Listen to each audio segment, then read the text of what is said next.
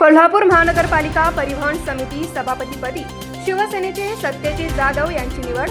माजी आमदार जयश्री चंद्रकांत जाधव आणि दिवंगत माजी आमदार चंद्रकांत जाधव यांचे ते चिरंजीव. एक यशस्वी उद्योजक व सामाजिक कार्यकर्ते व जाधव परिवारातील पडद्यामागचे राजकीय सूत्रधार अशी त्यांची या अगोदरची ओळख. कोल्हापूर महानगरपालिकेच्या 2026च्या निवडणुकीत ते प्रत्यक्षात राजकारणात उतरले आणि शिवसेनेची उमेदवारी मिळवली. प्रथमच ते राजकारणात उतरले व निवडणूक लढवली.